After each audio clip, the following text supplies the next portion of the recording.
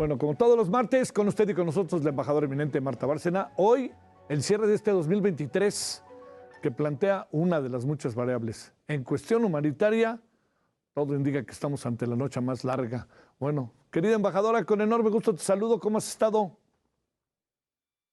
Pues muy bien, Javier, con el gusto de estar contigo y con el público de Referente y del Heraldo Televisión. Pues sí, mañana, desde cierto punto de vista, mañana por la noche, Sí. del 20 al 21, será la noche más larga del año, el Ajá. solsticio de invierno. Un hecho que marca en muchas religiones, en muchas civilizaciones, eh, pues conmemoraciones especiales, porque al día siguiente del solsticio de invierno empiezan a ser más largos los días, es decir, sale el sol.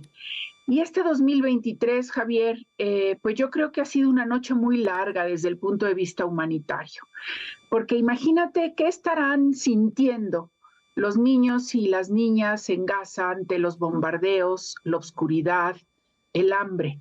¿Pensarán que hay un mañana? ¿Pensarán que vendrá la luz?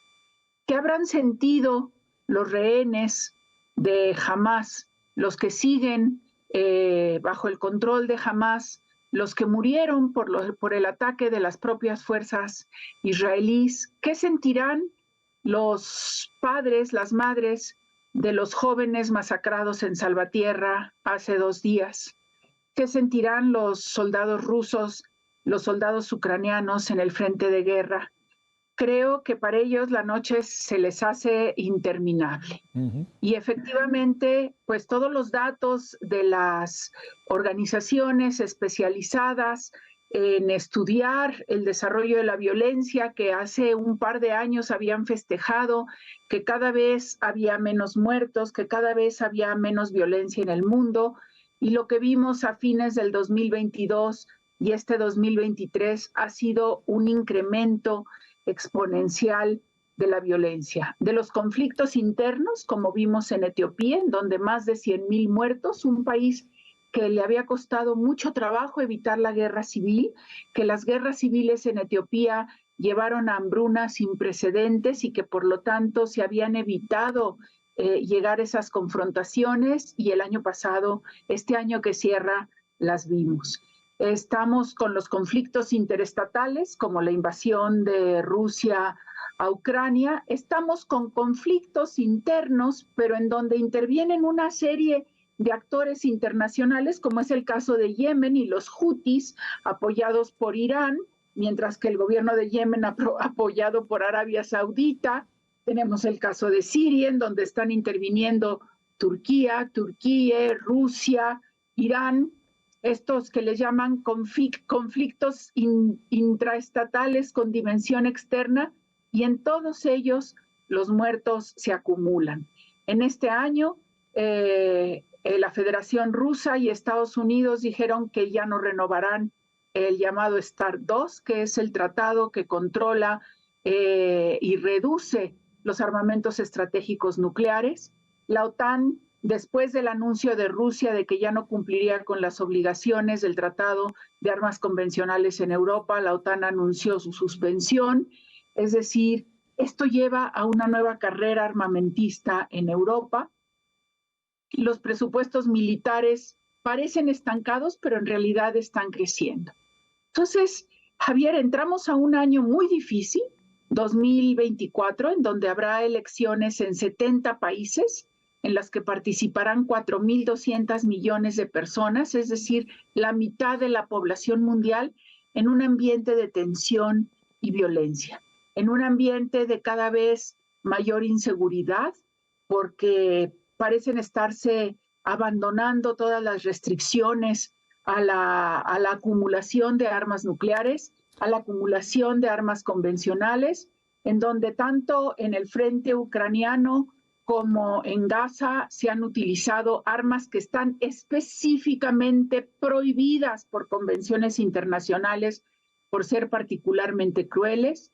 minas, municiones de racimo que cuando entran en el cuerpo explotan adentro del cuerpo y causan un daño y un dolor terrible, el uso del fósforo blanco, en fin, crímenes de guerra, y creo que la diplomacia mexicana, la política exterior mexicana, tiene que hacer un enorme esfuerzo por volver a ser la campeona de las causas del desarme nuclear, por seguir avanzando en la prohibición de los armamentos particularmente crueles. A la mayoría de los mexicanos les debe parecer lejanos, pero recuerden que ya aquí el crimen organizado en México está utilizando drones y está siendo muy cruel con la población civil.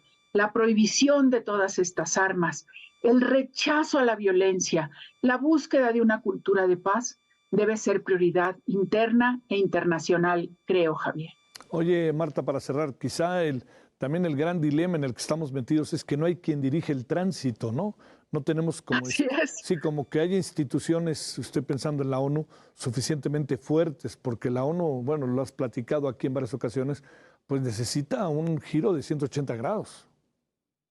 Pues sí, totalmente, 180 grados, estoy de acuerdo contigo. Tenemos a una ONU muy debilitada, pero hay que reconocer que son los propios países integrantes de esa organización la que lo están debilitando. Sí. El uso del veto que hemos visto tanto recientemente por parte de Estados Unidos, el Israel pidiendo la renuncia del secretario general cuando el secretario general está dando el contexto del conflicto entre Israel y Gaza, el hecho de que Rusia se atrevió a invadir a Ucrania en el momento mismo de una sesión de emergencia del Consejo de Seguridad, o sea, la burla total a la ONU por parte de uno de sus miembros permanentes. Sí. Entonces, tenemos que replantearnos también, todos los Estados miembros, qué queremos entonces hacer de la ONU y hacia dónde queremos ir, porque el mundo que le estamos dejando, Javier, ya no digamos a nuestros hijos, que ya son grandes, sino a nuestros nietos, es un mundo que, pues que está ahorita instalado en una larga noche. Te mando un gran saludo, embajadora. Muchas gracias y muy buenas noches. Muy buenas noches, y aunque este mensaje de mi artículo fue un poco pesimista, nunca hay que perder la esperanza. Claro. En la humanidad y en la capacidad de ver hacia adelante y tener una visión más humanitaria. Gran saludo, embajadora. Muy buenas noches. Gracias. Buenas noches.